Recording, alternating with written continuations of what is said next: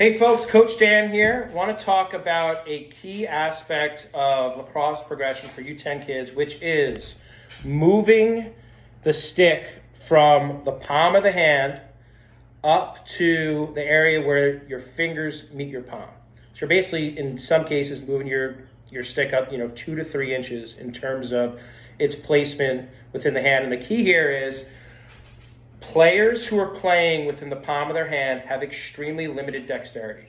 So you see really good athletes at the U10, U12 level that are running up the field and are dropping the ball, just running up the field, and have very limited dexterity when they're in the passing and the shooting cradle, because when the stick is in the palm of the hand, you're reliant on the dexterity of the wrist, and the wrist can't really move that much. Once you move the stick up into your fingers, all your dexterity is coming from your fingers. So basically your power cradle becomes, and I'll show you this motion, it becomes like a finger, like most of your movement is basically in the upper part of your hand. You're not really just moving your wrist, you're really moving this part of your hand, the upper part of your hand, clasping the shaft back and forth. And then the other key cradle is the passing and the shooting cradle. So in the passing and the shooting cradle, I think having the stick in your fingers is even more important. So the placement of the hand for the passing and the shooting cradle is just like the other one, right? You're holding the shaft up in your fingers, but the difference is when you're in the power cradle, your thumb goes over the top of your fingers.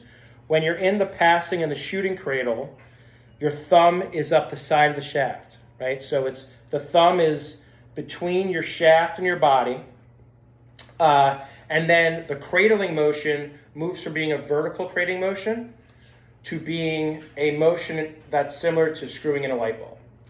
So once again, the motion is sort of like an in and out motion, like this, right? Versus the power cradle, which is like this. It's an in and out motion, and again, you're holding the stick with the strength of these fingers, and then your thumb up the side. So it's really key to practice this as much as you can. So the best places to practice this are either on a wall or on a bounce back, and you want to practice this potentially not with a full motion and not holding your stick kind of as you normally would, but holding your stick choked up and trying to get as many quick reps as you can back and forth, holding the stick in your fingers.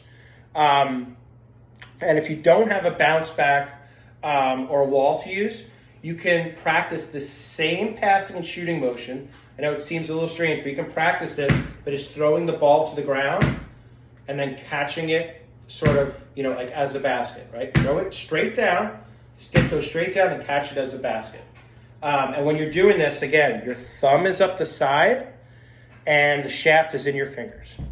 So if everybody could practice this, literally 60 hours a week outside of practice, the progression of all these players is going to be, immensely better. And they're going to progress from being, beginners and intermediates to advanced players at their age levels. So thanks, everybody. See you guys out in the field.